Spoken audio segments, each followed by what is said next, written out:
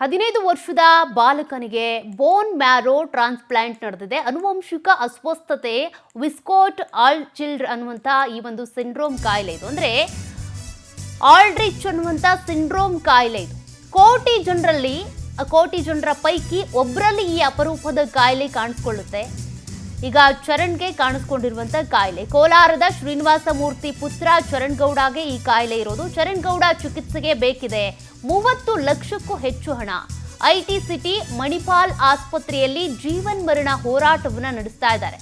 ಮಗನನ್ನ ಉಳಿಸಿಕೊಳ್ಳೋದಕ್ಕೆ ನೆರವಿನ ನಿರೀಕ್ಷೆಯಲ್ಲಿ ಈಗ ಚರಣ್ ಹೆತ್ತವರಿದ್ದಾರೆ.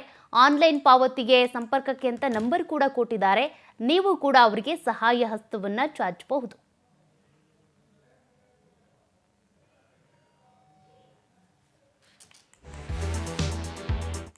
ನೋಡಿ, ಬ್ಯಾಂಕ್ ಖಾತೆಯ ವಿವರವನ್ನ ಕೊಟ್ಟಿದ್ದಾರೆ. ನೀವು ಕೂಡ ಈ 15 ವರ್ಷದ ಬಾಲಕನಿಗೆ ಬೋನ್ ಮ್ಯಾರೋ ಟ್ರಾನ್ಸ್ಪ್ಲಾಂಟ್ ಟ್ರೀಟ್ಮೆಂಟ್ಗೆ ಬೇಕಾಗಿರುವಂತಹ ಹಣವನ್ನ ಅವರಿಗೆ ಕೊಡಬಹುದು. ಈ ಮೂಲಕ ನೀವು ಕೂಡ ಒಂದು ಜೀವವನ್ನ ಉಳಿಸಿದಂತಾಗುತ್ತೆ.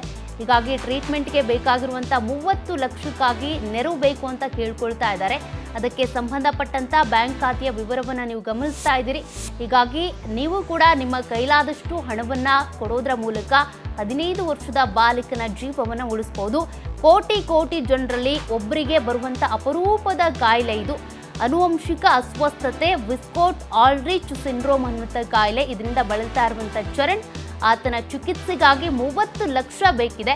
ಹೀಗಾಗಿ ನೀವು ಕೂಡ ಆದಷ್ಟು ಈತನಿಗೆ ಸಹಾಯ ಮಾಡೋದಕ್ಕೆ ಟ್ರೈ ಮಾಡಿ. ಆದಷ್ಟು ಈ ಸುದ್ದಿಯನ್ನು ಬೇರೆಯವ್ರಿಗೂ ಕಳಿಸಿದ್ರೆ ಅವರು ಕೂಡ ಸಹಾಯ ಮಾಡೋದಕ್ಕೆ ಅನುಕೂಲ ಆಗುತ್ತೆ.